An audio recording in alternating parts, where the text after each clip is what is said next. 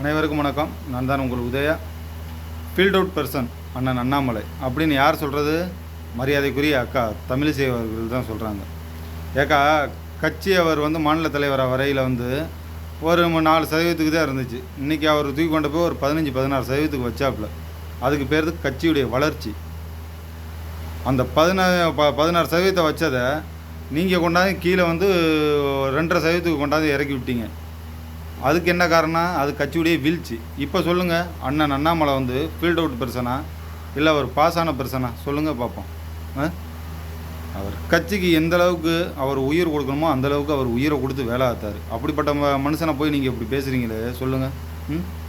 அவர் கிட்டத்தட்ட அவர் தனி மனிதனாக கிட்டத்தட்ட அரவக்குறிச்சிலையும் கோயம்புத்தூர்லையும் நின்னாப்புல. அவர் வாங்கின ஓட்டு எவ்வளவு? கிட்டத்தட்ட அவர் தனி மனிதன் வாங்கினது அவரே ஒரு 30% வாங்கிட்டார் ஓட்டு.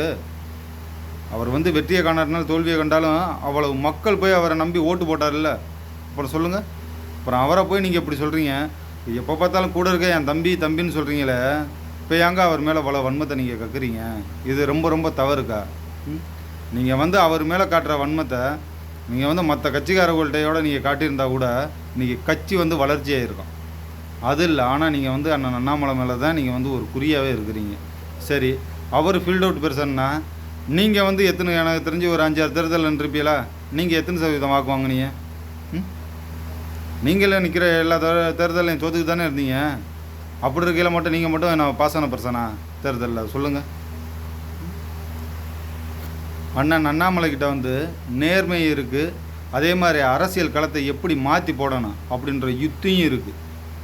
அது கண்டிப்பாக அவருக்கு எல்லா விஷயத்துலையுமே சாத்தியமாக வருது. ஏன்னா அவர் கரெக்டாக பேசுகிறாரு, புள்ளி விவரத்தோடு பேசுகிறாரு. அந்த ஒரு துணிவு இருக்குல்ல, அரசியல் களத்தில் நம்ம இந்த மாதிரி நம்ம விளையாண்டால் தான் நம்ம வெற்றி காண முடியும் அப்படின்னு அவர் பண்ணுறாரு. அதை அவர் சரியாக பண்ணிட்டு போகிறத அதை உங்களால் ஏற்றுக்க முடியல. நீங்கள் எப்படின்னா கூட்டணியில் சேர்ந்தாலும் நம்ம ஜெயிச்சிடணும்.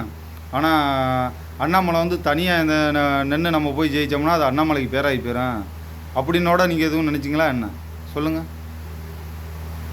ஏக்கா, அவர் மாநில தலைவராக இருக்கையில் உங்களுக்கு தானேக்கா சீட்டு கொடுத்தாங்க. அப்போ ஏங்க அவங்களால ஜெயிக்க முடியல? நீங்களா ஜெயிச்சு காமிச்சிருக்கணும்ல. நான் என்ன தொகுதியில் நான் ஜெயிக்கிறேன் அப்படின்னு நீங்களா ஜெயிச்சு காமிச்சிருக்கணும்ல. அதுவும் இல்லையே. அப்படி இருக்கையில் எதுக்கு அண்ணன் அண்ணாமலை மேலே போய் அவர் மேலே போல் இந்த அளவுக்கு நீங்கள் ஒரு வன்மத்தை கக்க வேண்டிய தேவையே இல்லை. இன்றைக்கி அவர் வீத லீடர்ஸாக ஆரம்பிச்சிருக்காரு இயக்கம். அதில் இப்போ வரைக்கும் எத்தனை மெம்பர் சேர்ந்துருக்காங்க? அது சேர தெரிஞ்சவங்களே ஒரு 18 லட்சம் பேர் சேர்ந்துட்டார்.